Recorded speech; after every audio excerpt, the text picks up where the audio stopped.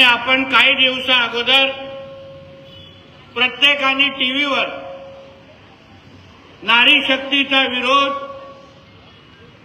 जो काही झाला, विधेयकाचा जो काही झाला आणि त्या विधेयकामुळे आपल्या देशाचं आणि समाजाचं किती नुकसान झालं ह्या गोष्टी अधोरेखित करण्याच्या निमित्ताने आपण इथे सगळेजण जमलेलो आहे। माझ्या अगोदरच्या मान्यवरांनी आपल्याला सगळ्याच गोष्टी विस्तृत सांगितलेल्या आहेत, पण आपण सगळ्या जणांनी, माता भगिनींनी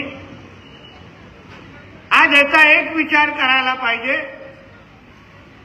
आपण छत्रपती शिवाजी महाराजांच्या समोर नतमस्तक का होतो?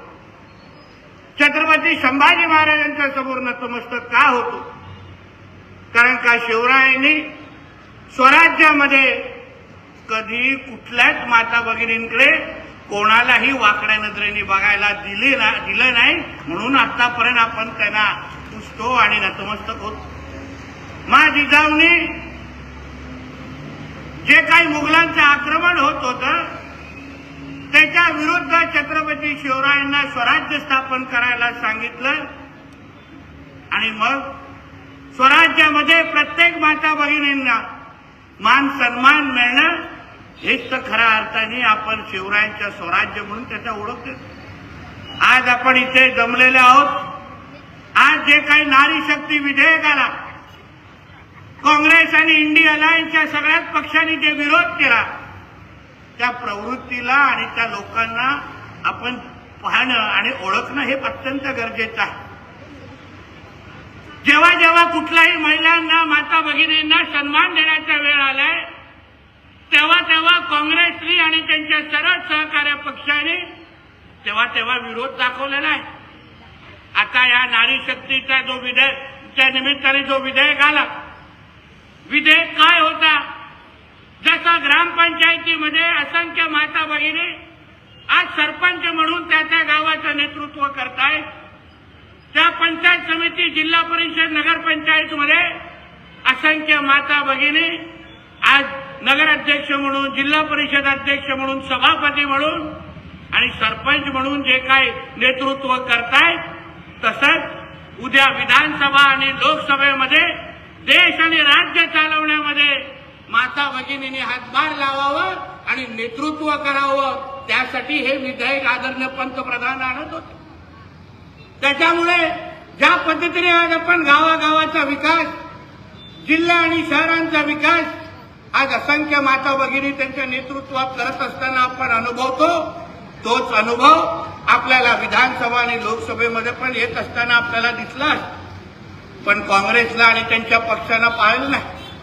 त्यांनी आतापर्यंत जेव्हा जेव्हा माता भगिनींना सन्मान देण्याची वेळ आली आहे तेव्हा काँग्रेसची विरोधात भूमिका घेतलेली आहे। काही वर्ष अगोदर जेव्हा आदरणीय पंतप्रधानांनी ट्रिपल तलाकच्या निमित्ताने आमच्या मुस्लिम माता भगिनींना सन्मान देण्याचे जेव्हा विधेयक आणला तेव्हा पण काँग्रेस आणि या मित्र पक्षांनी त्याही विधेयकाचा विरोध त्या निमित्ताने केला। देश सोडा, राज्यामध्ये पण आमच्या आदरणीय मुख्यमंत्री देवेंद्र फडणवीस साहेबांनी जेव्हा मुख्यमंत्री लाडली बहीण योजना आणली, त्या मुख्यमंत्री लाडली बहीण योजनेच्या विरोधात याच काँग्रेस पक्षाच्या लोकांनी कोर्टात गेले, जेणेकरून ती योजना बंद झाली पाहिजे। या भूमिकेचे हे काँग्रेसचे लोक आहेत।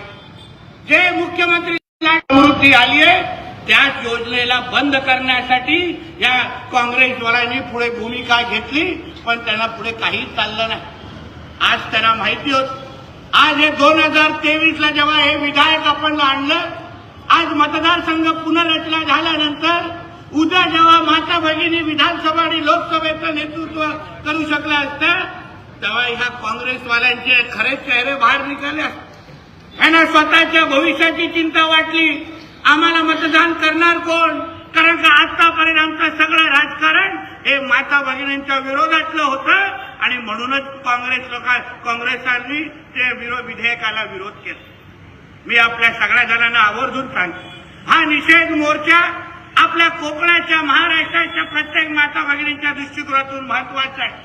आपल्या सिंधुदुर्ग आणि रत्नागिरी आपण पाहिलं तर या पूर्ण लोकसभा मतदारसंघामध्ये 62% महिलांची लोकसंख्या आहे. 62% म्हणजे आपल्याला जास्त, आपली लोकसंख्या जास्त आहे. उद्या आपल्याला आपलं नेतृत्व करण्यासाठी तेवढेच आमदार आणि खासदार ह्या पूर्ण कोकण पट्ट्यावर तयार झाले असते.